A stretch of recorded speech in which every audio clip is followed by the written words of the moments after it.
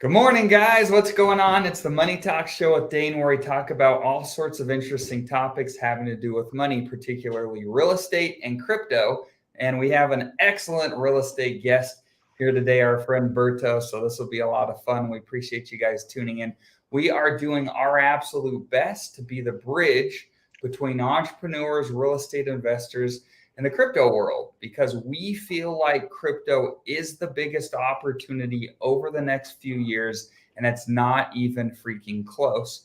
But on today's show, we'll make sure that we go over what to do or what to consider doing when it's time to take those sweet crypto profits, where to go with them, why real estate can make a lot of sense for you guys. And so it'll be a lot of fun. But before we jump into that, Corey, take it away. Yeah, so Corey Geary here, Crypto Millionaires with Corey Geary, where we are on a journey to bring at least 100 of our friends along with this crypto wealth creation journey that we're in the middle of right now, and to be able to, like Dane said, bring a community together to hopefully, create wealth via crypto and then preserve wealth via real estate. And so, like, me and Dane have started out in real estate and done pretty well for ourselves, and now transitioning to crypto, but we see the end of the movie going back to real estate. And that's why we're so blessed to have our good friend Cuthberto on today, because he is a beast when it comes to the real estate space. He's an operator of multi-million dollar projects. He's great at raising money. And so I think he'll be able to shine a little light on this topic today about what are we going to do when 2025 comes and we're exiting out of the marketplace. What do? We don't keep that in the bank, because we know that the government's just going to inflate the currency like they always do. And so we got to be smart with our money. Like I said, crypto is used for wealth creation and real estate's used for wealth preservation. So, man, Cuthberto, man, thank you so much for joining us today and blessing us with your presence. Won't you tell us a little about yourself? Cool. I appreciate you guys, man. Good morning to everybody. I appreciate the invite and been looking forward to this since we spoke. Well, like you said, my name is Cuthberto. I am a full-blown operator. Been doing this for 23 years. This was a family business, so this was something that I completely kicked into. We got, the difference between my folks and myself was that they just brought more grind. And, that was really what they had. And it was up to me to kind of not only take on that legacy of grind, but understand the work ethic that they brought. And then it was my journey to understand like the legitimate finances and the education side of it. This is one of the reasons why we met in an education space. And like I said, my journey started years ago, dude, years ago. Fresh out of high school, I was a straight A student. I said, hey, I could have gone to college, but the reality is that school wasn't really for me. It was straight entrepreneur spirit, flat out, go out and get it. And like everybody who was in the thick of things, I lost everything in 2006, 7, and 8. And just like everybody else, whoever saw that, one of the things that kept us like being successful at this moment for those who went through that was the understanding that everything could end just like that. I'm not just talking about it slowed down. I'm talking about income ended. And there was things that we all could have done different. And that's what I've made it my literally my business purpose since 2008 till today, is to make sure that I do the things and put the things in place to make sure that something like that doesn't happen again to me and to my friends and to whoever I'm blessed to be around with. And I believe that I've achieved that through the understanding of the correct experiences in real estate. What I mean by correct is real estate is like the movie industry, the entertainment industry. The guy holding the mic at a movie set is in the movie industry, just like the director. So it's too broad. So it is what I like to talk to people about is when you do specific things in a certain way, you end up being able to achieve those objectives of being able to cover during a downside, like whatever it is that we're going through right now. If you were really operating at a high level, you were already anticipating something like this. You were already covering downside. You were already moving assets, liquidating, raising, doing what you had to do to get in the front. Just like you guys are on the razor's edge of crypto.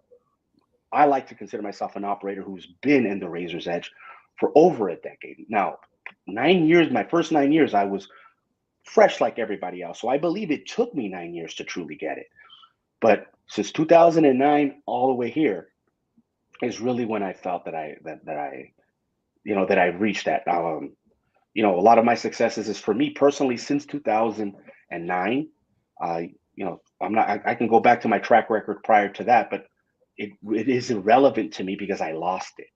But from 2009 on, I personally have bought over $100 million worth of real estate, in which 85% of that balance sheet belongs to me and my partner. So it's not just raising money, because I know people who can raise $400 million and they own only 5% of that, which is great. Volume still matters, and we can discuss that as we go about. But without really, I wish I had more time to really get into the details of it. But I think what I would want to do today is not only just explain from my point of view the roles of operators, because I believe in a just like when you guys reach this really high level, guys, of income, things change. And what I mean by things change, I'm not just talking about your lifestyle, and I'm not just talking about you go from this car to that car. I'm talking about your banker has to change, right? Whoever your consultants have to change. If you're still using your H&R Block CPA, then what I'm getting at is things evolve, right? Things evolve. And you have to have a high net worth CPA do stuff for you. You have to have a high net worth banker.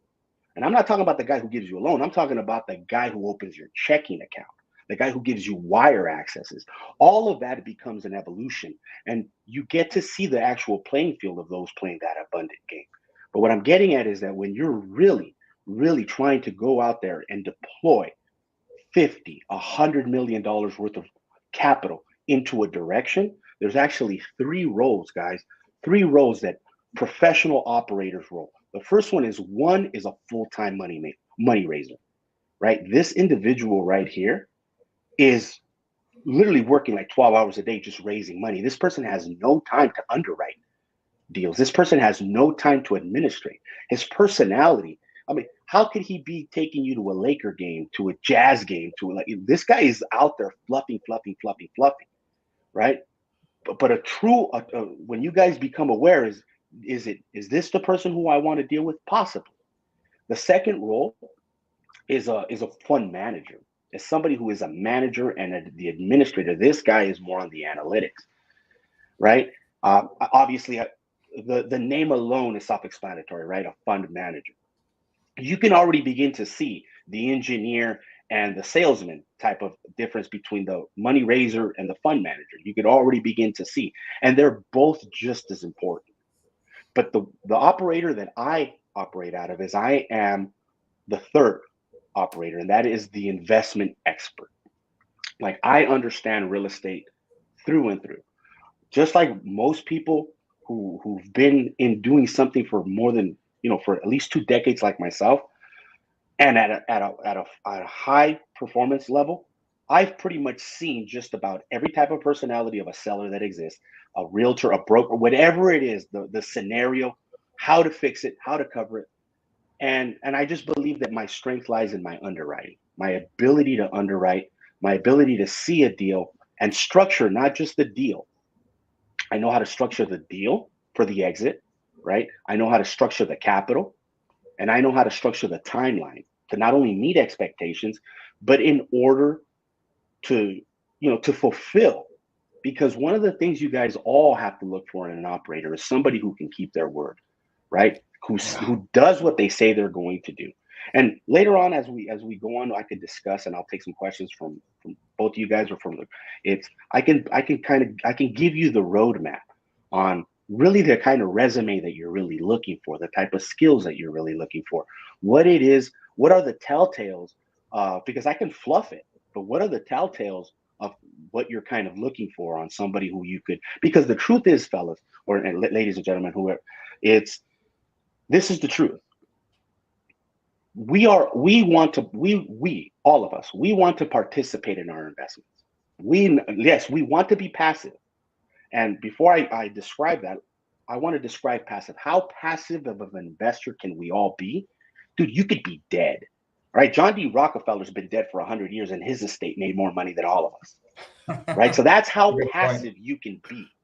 But all of us, while we're alive and well, we want to participate in the decision-making of our investments, right? So since we want to participate in the decisions of our investments, we have to understand the roles we want to take on and who we want to partner with.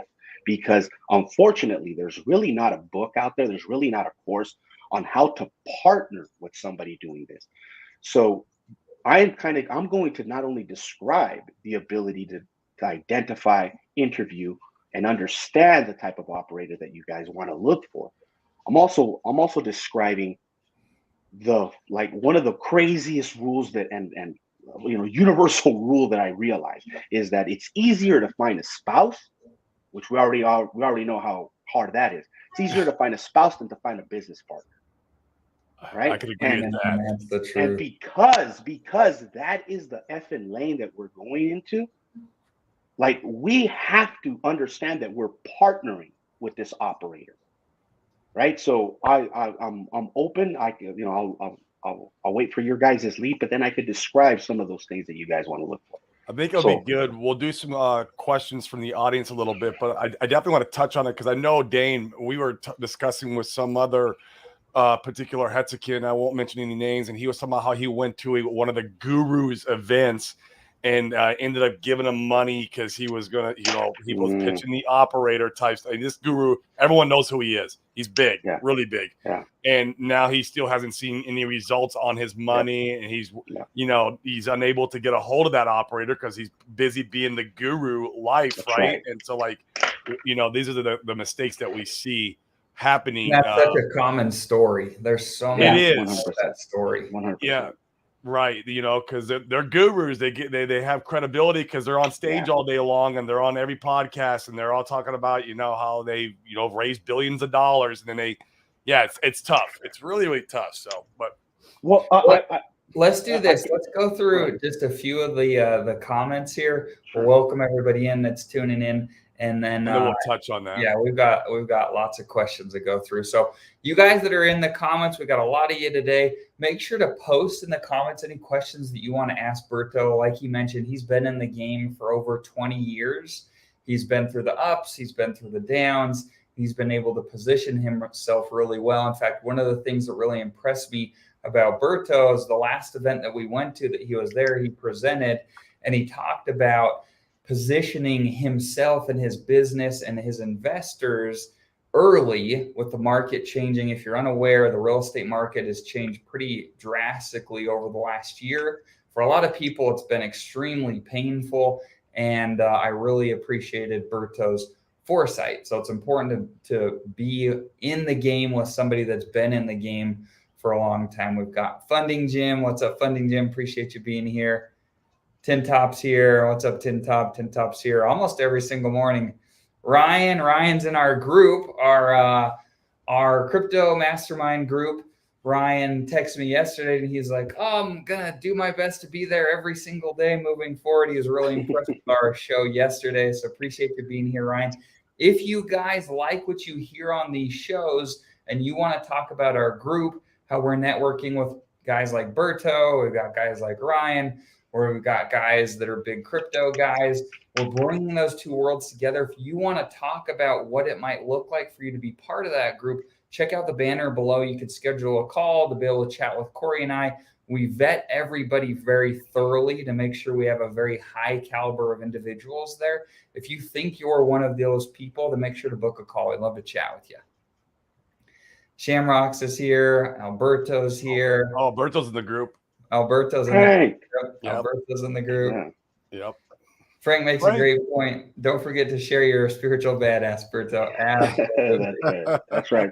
For those, Frank's a great buddy of mine. Absolutely. And Yeah, it was cool. It was cool. He's like, I want you to connect with Corey. I'm like, dude, I just connected with him yesterday. That was so cool. It was That so was so weird. He cool. put us in a Yeah. group chat, and it's like, Yeah. and you have a very unique name, Cuthberto, right? Yeah. I don't think I've heard that name before. And when he was referencing in that group chat, and I was like, I bet you it's the same guy, real It estate has to be, mogul, bro. It has to Cuthberto. be, What are bro. the odds? And I'm like, is Yeah, this Cuthberto yeah. from Dan Costa's Mastermind? And you're like, yeah, bro. I'm like, Yeah, no, dude. And look at when all 4 of my kids were born, when I was married and I had to go to the civil court and all that. Everywhere I go, people who see names on an everyday basis. I'm talking about even the TSA people who read your ID.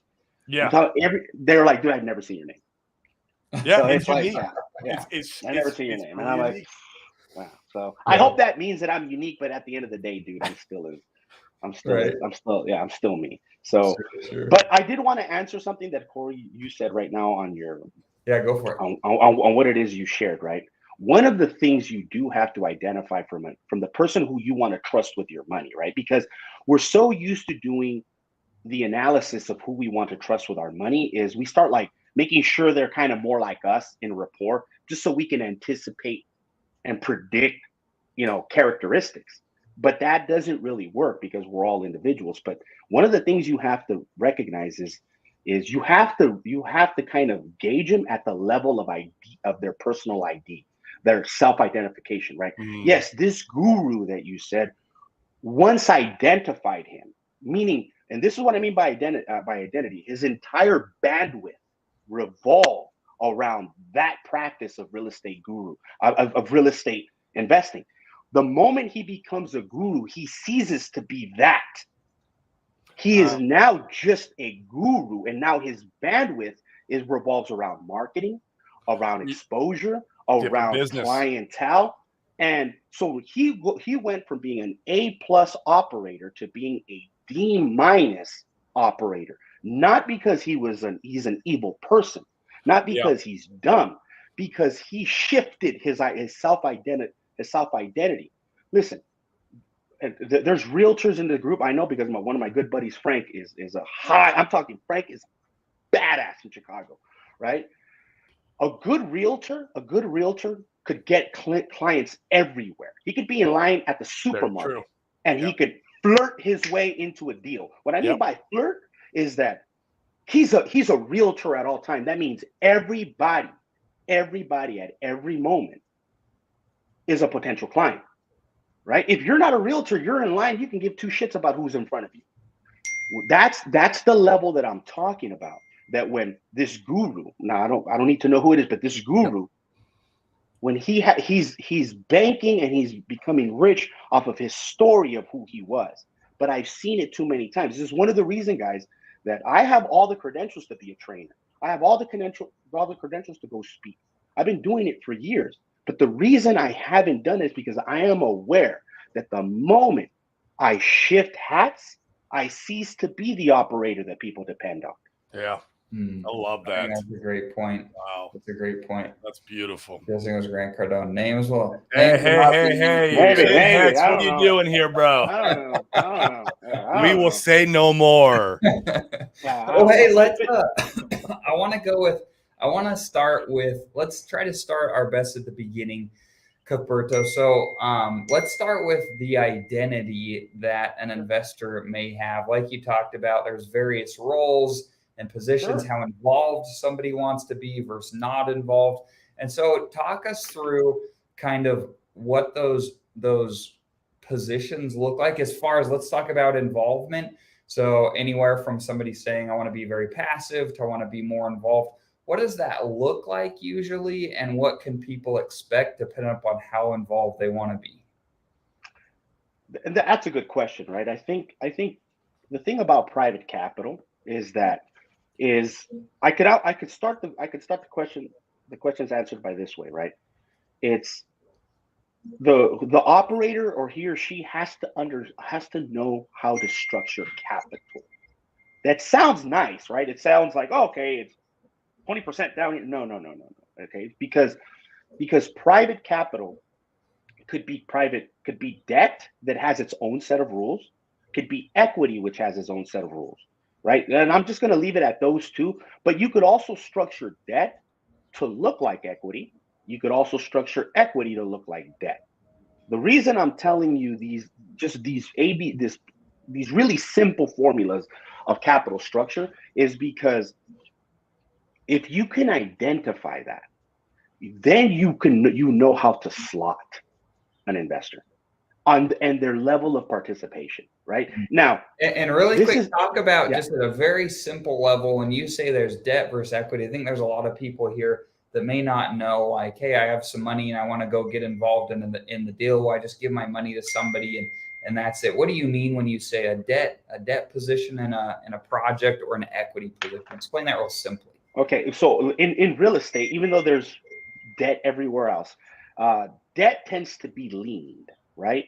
And debt tends to be a beneficiary position, right? And a borrower, and there's no upside, unless it's specified in like something called like a share appreciation mortgage or something like that. But let's just keep it simple. The debt, one of the reasons a lot of people raise debt, especially over this last bull run that we just had in real estate, was because you don't give up upside, right? You don't give up ownership. Equity, you are in the upside of it. You are the owner. So that's the big. You're not an owner. You're just a beneficiary, and on equity, you're an owner. But for all those who know the movie Goodfellas, right? It's my favorite saying on when it comes to debt and equity, right? Debt has a monthly obligation, and debt is a F you pay me. Oh, you didn't make any money? F you pay me. Oh, you didn't fulfill on your end of the deal? F you pay me. Equity is we do not split profits until we make money. So there is an order of when you get paid too.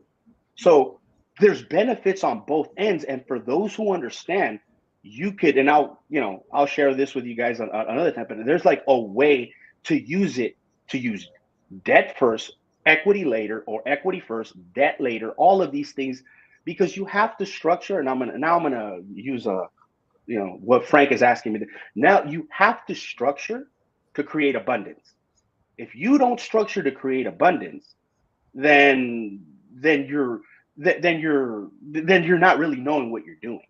And every deal could look identical, and just the difference in the structure is the difference between it being successful or anybody losing their shirt. That's the truth. Right.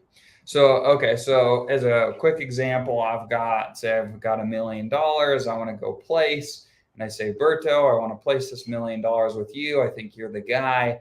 And so I have two essentially. And once again, we'll just keep this at a very simple level. But I say, great, I've got this money. You say, Dane, you can either take a debt position if that's what you're if you feel like that's what's requisite for the project that you have at hand. And that would look like, hey, here's $100,000. I want to make 10% on my money annually, and you pay me a payment every single month to be able to do that. That's a debt position, correct? That could also be an equity position, but again, I could confuse you. But before I could answer that, I wish that I ran into you at a network place and you tell me that conversation as we're having a cocktail in our hand, right? But it doesn't really work that way. There really is a process of understanding where you are and what it is that you want. Listen, just because you don't have an investment plan doesn't mean you don't have an investment plan, right? Like having an investment plan is having an investment plan, right? Because here it is, and I'll explain it to you like this. Like for instance, if you guys are not familiar with Abraham Maslow's hierarchy of needs, all that really is a natural, a human natured course to self-actualization. What that just means is that we reach a high level of being naturally if we take care of certain things. Our investment plan is natural in that way. If you're early on in your investment plan, I could almost bet the house that you're seeking income first. You want to make sure that income gets covered, that you have cash flow, right? And then you start and then let's just say, because that was one of the things that impressed me about your guys' presentation with crypto. You guys are tackling the income aspect of a growth asset, right? That's really what you guys are doing. You guys are creating mechanical pops to create the availability for income, right? So that is a process of income. So if I meet you whether you're seasoned or not. But I can tell by the words that you tell me, the language patterns, everything that you're telling me that you're still seeking income. That really upside and tax benefit has not really been the thing that you're really truly seeking. You're seeking. So for instance, when I raise money from doctors, the doctors don't give two shits if they get an extra $500 that month. Sure. They just like, I just want to make sure that I place this and I get this later, right? These are very good people to put into new development deals, right? Because there's a development doesn't kick any income to split, right? So there's income, then there's growth, right? We naturally go into growth. And then finally, the best investments after you've covered those nuts, right? After you've made sure that you fulfilled. It's almost like the people who are the wealthiest or generations, the reason that they act different is because they fulfilled so many of their needs through time. They almost seem like minimalism, like they're minimalist, right? Like they don't need to drive a fancy car because they've already had that. They don't need to go. What I'm getting at is that's the organic way of fulfilling those needs. When you fulfill income, and yes, we all like to make a little extra bank, but to me, truly to make passive income, I have a rule to it. If I can't pay you weekly, then if you get paid once a month and you think that's income, no, I'll call that commission. But if you truly structure your life to get income, you better be able to pay yourself weekly. This is just an example. Mm-hmm. Then there's growth, where the growth normally has the highest yields of return. Crypto is the perfect example of growth, of a growth asset. And finally, it's lifestyle assets. Listen, I want to go buy myself a boutique luxury hotel on the sand somewhere. And I want to go there a few months a year and be the gardener that nobody knows owns it. Right? That's a lifestyle investment. Don't get it twisted. I'm still going to make bank owning that shit. But it's a lifestyle. Many people have lifestyle. You look at the guy, I forgot his name, the dude from Virgin Airlines. It's all lifestyle investments, right? Richard Branson. Yeah. Richard Branson, forgive me. I'm getting older and forgetting everybody's names. So, Dane, that would be the way. That was the only way that I could really answer your question, right? So those are the three things. When you're consulting with somebody, you're like, hey, let's figure out what you're actually after. Where you're at. Those are the three things. And then many people, and I don't mean to put crypto on under the magnifying glass. People who go into crypto know that they have to wait these 3 years, bro. They know they have to wait. They know they have to wait it out. A lot of them exit early because they haven't fulfilled their income nut yet. Agreed. Right? They don't know it. They don't know it. They're suffocating like oxygen, and they're exiting positions way too early. But the reason is because they have not fulfilled their income. And this is why people go into real estate thinking that, oh, it's going to be cash flow. I'm going to come out and say it right away, guys. Real estate should be a growth only, because the more income you make, the more management overhead you have to make that bitch perform. You should, your income that you make, if you understand the psychology of how this whole thing works, your income should only be to break even, to make sure that lights are on, operation keeps going. But income, you have to really have a large volume of real estate to truly feel that you're making income from real estate. Everything else should be structured. Yeah, should be structured to break even and benefit from the growth volume. You make more money owning $100 million worth of real estate through a simple appreciation, tax benefit, and principal reduction that the tenant pays. You make more money doing that. Imagine your position is $10 million on $100 million worth of real estate. It's $100 million worth of real estate that's compounding, not your 10 million, right? So that is how massive I look at real estate, right? It's volume that calls the shot, not doors. Dude, I have sold 100-unit apartments to go build luxury, 15 or 17 luxury, who kick the same amount of, who are worth the exact same amount as the 100, and that kick gross the same amount as the 100. So why do I want 100? Why do I want to deal with that?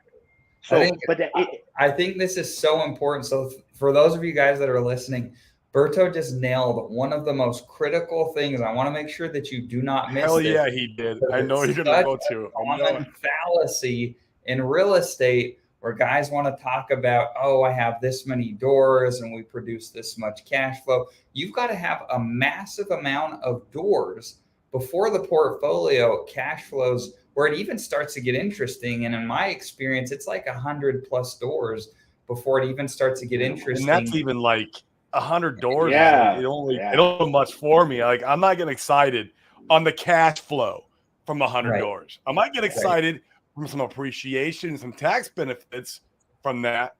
But yeah. And this is where I think that real estate and crypto can be so cool, because like Corey said, real estate can be such a good way to be able to preserve capital. So everybody's after high growth, and crypto and real estate, like Berto's saying, you can go and take $1 million or 10 million or whatever it is you want to plunk down into real estate. And that portion of the pie that you own, you could have 10 million in on $100 million asset. It's the 100 million that's compounding though. And so you can get extremely wealthy and preserve cash flow, but you got to be patient with it when it comes to real estate. Absolutely. And that's a good point. That's a good point to make of emphasis, right? Because right now you mentioned it, right? Like a lot of people, a lot of fund managers, right? Or a lot of people who are structuring these deals and having money raisers go out and get, right? Like, one of the number one things that people have to understand, and this is from my experience of sitting with many people across, looking at them face to face and having a discussion. After I pay them back their money, because here's the difference. People could have raised money, but have they been in multiple? I have 1031 exchanges. Like, so I have done multiple cycles, and this is where I'm getting at with this. Once you have a long projection, right? A long projection of saying, like, we're going to buy a deal that we're going to exchange. I could reverse engineer my way all the way from the reverse exchange. But when it comes to the investor, they don't care about that. They don't care how smart you are there. They care more about return of their investment than return on investment. Meaning they can give two shits if it's a 15% yield or it's a 6% yield. They want their capital preserved. And one of the things you have to do is make sure that you return their capital intact. Yes, once they understand that you are a high integrity individual of high stewardship, then yes, they are looking forward to making the compound wealth, right? But in the beginning, in the first deal that they're always with you, understand that the number one thing that matters to all of us, myself included, is that my capital that I invested gets returned intact. Right. So he or she, an operator who doesn't understand that, should already be, if he's sweet talking you, he or she is sweet talking you about how high the yield is, instead of creating an investment plan that stacks yield through good, stable assets, and that stacks yields. And I can get into like those banking terms later on, but just understand that you have to have an operator who you partner with, because I'm calling it partnering, right? Who you partner with, who understands that capital protection and the preservation of is the highest and most important thing to do in the front end of the relationship. I like that. Absolutely. Let's go through a few of the questions here. This has been excellent, Berto, and I'd like this has been great. So if you guys aren't aware, and in my opinion, I'm sure Corey feels similarly, but Berto is a very high level operator, and you can see when it comes to trying to figure out who to place capital with, it's much more of an interview and a consultation to be able to figure out if, like Berto said, it can be harder to find somebody to place your money with than finding a spouse. And so it's very important. At least the spouse, you have sex. with money partners, you don't have, it's just money. It's just money, man. Right. So let's get into just a few of these.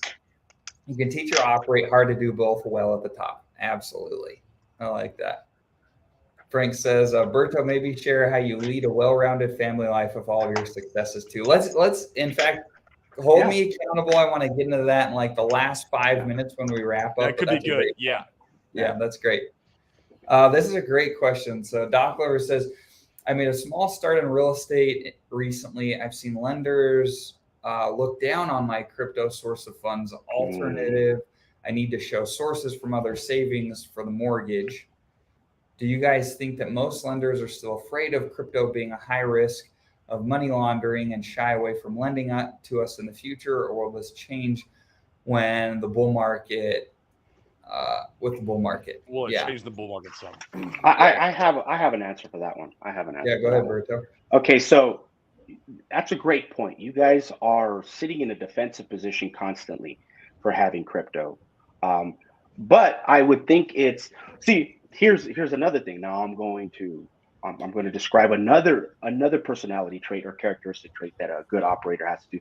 A good operator has to know how to has to know how to work with institutional lenders. Like for me personally, I consider myself a professional borrower. I could make any commercial committee want to lend with me. And the reason I can do it is because maybe the difference, now I may be wrong, but depending on the lender that you're dealing with, that shouldn't be the lender that you're really seeking out. You should be working with commercial lenders who would appreciate your balance sheet, because your crypto holdings, if placed in a balance sheet, right, actually have a better result with a lender who understands your balance sheet than somebody who's kind of nitpicking at your transactions in your savings account and wondered why you zelled your friend $500, right? Like that, maybe that's not who you should be working with. Now, I could be wrong, and I don't mean to like completely emphasize that this person went to Wells Fargo. I'm not saying that, but you have to understand these institutional lenders that are lenders in the debt side, they operate like institutional equity firms in which they make decisions on a table, and they want them, and they look at you, the operator, as the source and the horse that they're betting on. But the number one thing that sweet talks them, if they're going to give you a $5 million loan, they would love to know that you have at least $5 million in assets. And the best way, and they're not going to nitpick and be like, oh, the majority of their assets comes from crypto. They don't care about that. Right. They don't care about that. They want to see a well-prepared balance sheet. Yep. And if they see a balance sheet, and that's why I borrow, that's why I'm primarily the borrower for my investors, because my balance sheet does the talking. However, my track record, I literally took that to heart to make myself the best presented borrower, period. And so that's what I made myself, simply because finance is my background, and I was a lender in my original years. So I made it a point to be the best. So when I submit that committee, what I mean by committee is that the group of vice presidents who make a decision on who they're lending, when they see my name, that's who they want to lend. So that took time, but I just wanted to emphasize to people who feel shit on, talk shit, frowned upon with their crypto holdings, is you have to go to a different lending institution who can appreciate your balance sheet, because that's where your crypto speaks the highest. Absolutely. And I think this may be one of the places that Doc Lover is running into. So if you're going and you're buying smaller properties, Berto's talking about commercial lenders. Getting a commercial loan is very different than getting a loan on a smaller property. And this is where, in my experience and in my opinion, buying duplexes or single families, triplexes, fourplexes, all of that stuff is going to be with a traditional lender. And that's where it can be very complicated. Like Berto said, they're worried about you zelling $500 to your friend and wanting to spot check everything. And it could be a nightmare. The game changes drastically when you move up to larger commercial properties, so that the lending, they can find a way to make your deal work if you're a good operator and you have a good deal, rather than saying, Matt, we just take things in this guideline and that's all we do. And so I can tell you from my experience, I will never own another single family, duplex, triplex, fourplex ever again because it's a nightmare to deal with all this stuff. I would much rather take my money and put it with somebody like Berto so that I don't need to deal with all the headache. I can put my money with the professionals that already have it figured out. And then, like Berto said, I don't need to worry about, oh, my balances are largely in crypto. They can take care of that for me because Berto knows how to operate and what to do. That's right. Love it. That's right. And I do want to say this, though. I do want to say this. One of the key secrets of my success was the acquisition of a bunch of SFRs, duplexes, and so forth. But you don't finance them individually. You pool them. You create portfolios, right? You create portfolios, and sometimes those a 30-door portfolio.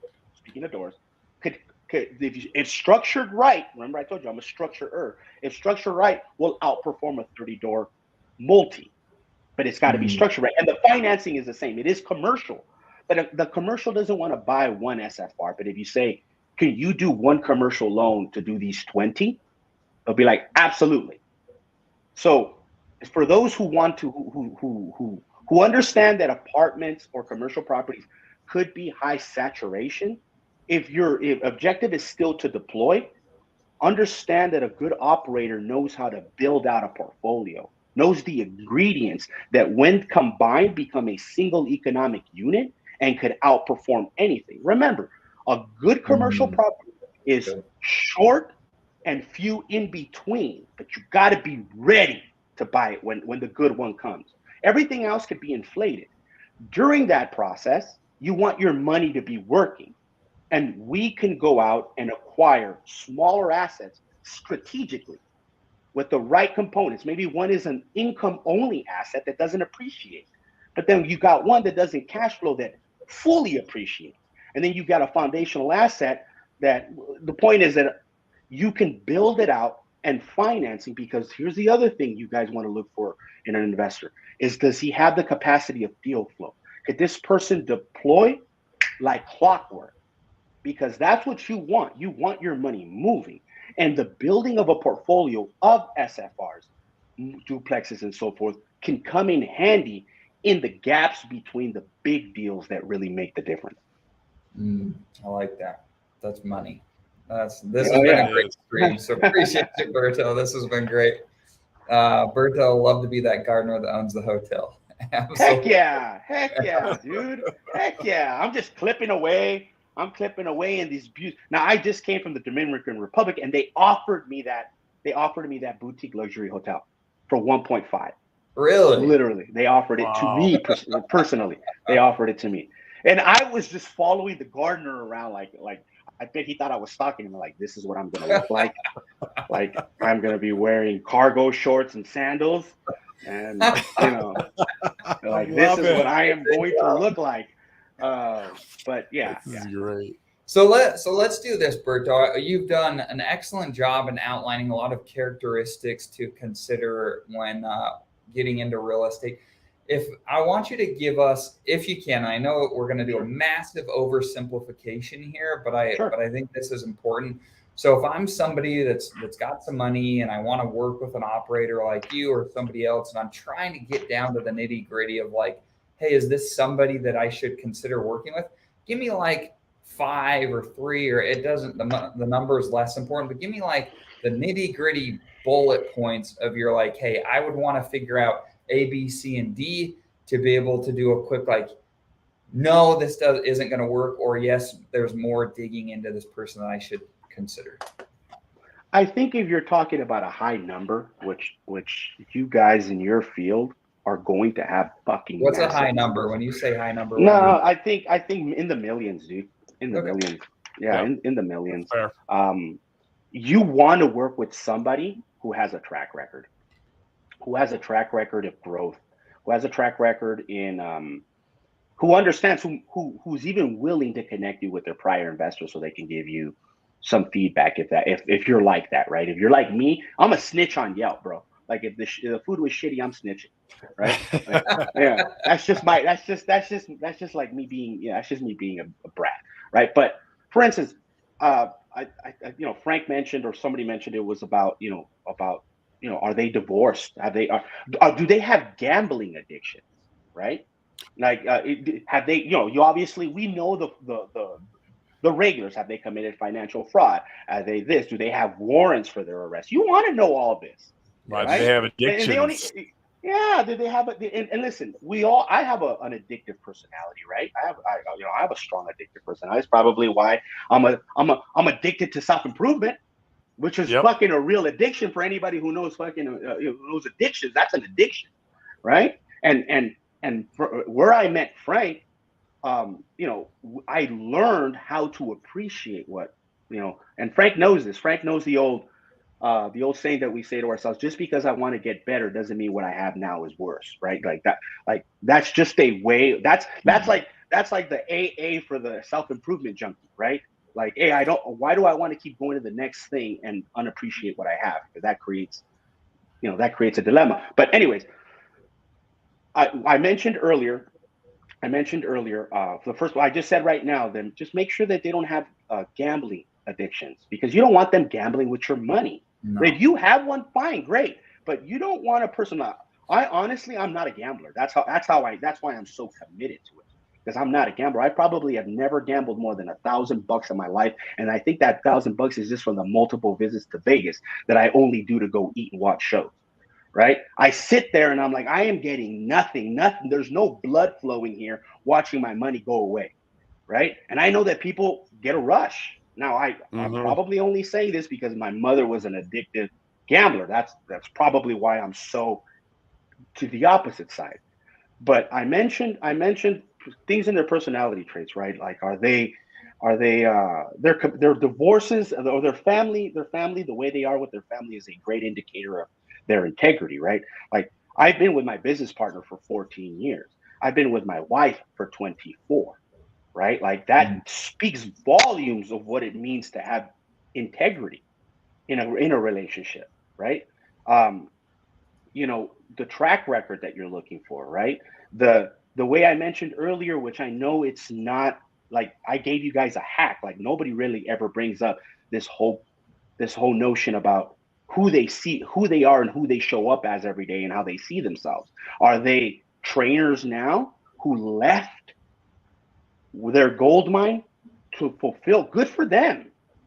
But, are they still, oh no, but I have a staff who does that. Well, like, you still want to be able to call me or call the operator and make sure that you're able to have those relationships. And number two is the other one part is that you want to identify what their role is. And I do believe the most important role is the investment expert. Specifically, if you're targeting an asset like real estate, you need to know.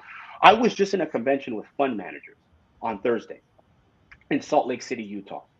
And the number one thing that I saw that nobody could do is underwrite. And that's why I brought up the word other. They do not know a deal. And we're not talking about the mean underwriter from your Fannie and Freddie Mac FHA loan. I'm not talking about that. I'm talking about underwriting the entire holistic deal, the journey. Oh, this is going to be a 10-year hold. All right, what can you explain how this whole 10 years is going to play out? How and why? Like, what's it going to do? If you can't underwrite that, then you're kind of just guessing and playing ad hoc. That's why it's very important that you have a track record. There's so many other things, man. But I'll do this. I can, if you want, I can write it out, at least a couple of bullet points. And no, I'm not going to use Chat GPT to give me. Please write me 10 things to look in a fund manager, because it'll give it to me in 1 second. And if you, but I think I want to give you guys, through personal experience, personal hacks, right? Personal things that you want to see that I've learned have not only benefited me, but it's the feedback I get from my investors. My investors, after a long run, like, I like to survey my investors and say, what is your ideal situation, what you want to know, right? And again, it really is based on you too, because you're also partnering with them, and that person needs to know where you are. You should feel just as qualified for them as them for you. And that's what I mean about understanding where you are in your life. You're like, hey, I want to make 600 grand a month in cash flow. Great, right? And I don't care about having a tax bill. That's not me. Like after a while, I'm good with what I got monthly, and I just would love my money to keep working. But that's me. So I guess I could. I guess that could cover it.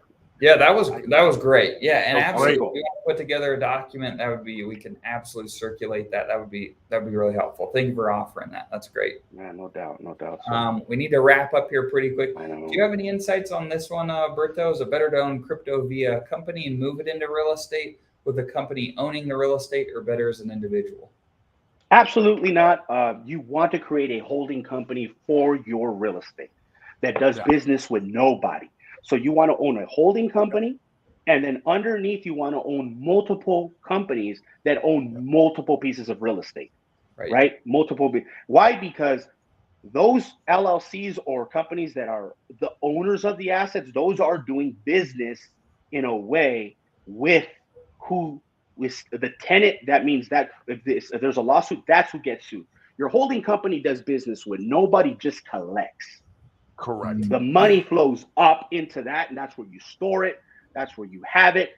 You don't own any real estate under that holding company. Understand what I'm getting at? This is a holding company that owns the multiple companies that own the real estate. Yep. That has to be separate from your crypto.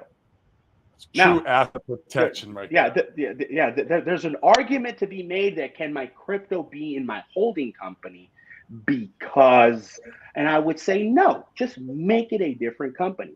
Just make your holdings a different company, because a good tax strategist can tell you the benefits of self-dealing from one company to the other, as long as you stay in the right square. But for instance, if one company makes too much money and you need to take losses, you can have a management fee from one company to the other. But this is all legal. This is all legal. This is asset protection, right? And here's the last and not least, if your operator is not a master, fuck this understanding. I'm talking about a master at asset protection and compliance, then I don't know what to tell you. Because real estate is one of the most prevalent ways of asset protection. So forgive my cussing. Yeah. I'm kind of a sailor sometimes. You're good, man. You're passionate about what you do, though. We appreciate that. Yeah. So I hope that helps. End us off with this, and then also the people have spoken, man. They want to. Where is it? They want. Yeah, we're gonna at the end. You need to steal your stuff. Yeah. How can we get a hold of Berto? So talk about how you do all of this with your family first, and then people want to for sure know how to get in touch with you. And once again, you guys, we have members just like Berto. In fact, we're working on Berto to get on our group too. But if you want access to this caliber of individuals that know how to operate, know what they're doing, you'll find a lot of the time in crypto, some guy went and bought crypto at the right time, and they, frankly, a lot of time people just got lucky, and good for them. Sometimes it's better to be lucky than smart, right? But a lot of the time, these guys haven't done anything out of getting lucky a few times in crypto. They haven't done a lot outside of like having some massive appreciation. And so once again, no shade to those guys, but it's very important to find who you spend your time with. And for me and Corey both, we want to make sure we spend our time with people, they're movers and shakers that have done things in their own right in their lives, and build those types of relationships. We have those in the group. So make sure you go schedule a call. We'd love to chat with you. But go ahead, Berto. Yeah, share how you lead a well-rounded family life with all of your success. Yeah, I think that's one of the keys. My business partner and I are both very high value when it comes to family and our kids. Like I mentioned earlier, he's been my business partner, basically my work wife, right? For 14 years, and we're great. Now, he had tragedy just recently happened to him. He actually lost his wife due to cancer. He's our age, guys. It's not like he's 65. No, he's our age, man.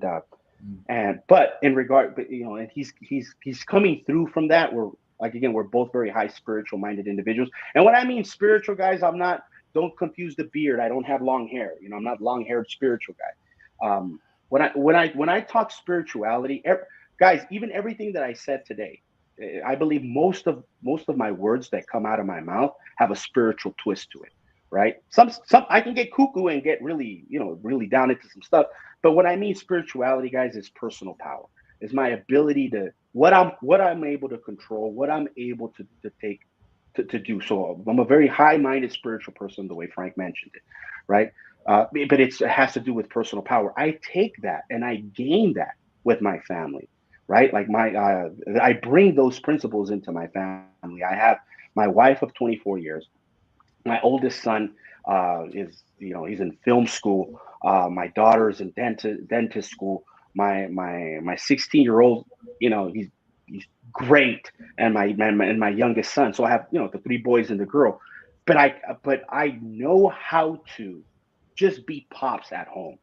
I'm not Cuthberto, some real estate guy. They don't give 2 shits about that. I'm just dad who needs to take out the trash, right? I learned how to not be a high-level individual of work at home. It doesn't work. And 24 years is an indicator, at least, that I'm doing that part right. That I'm just dad. That I get in my little SUV with, my wife's SUV, and we drive to Disney. Like it's, and yeah, I'm still the dad complaining about the churro. That doesn't change. But I make it a point, similar to that who recognized the whole gardener thing.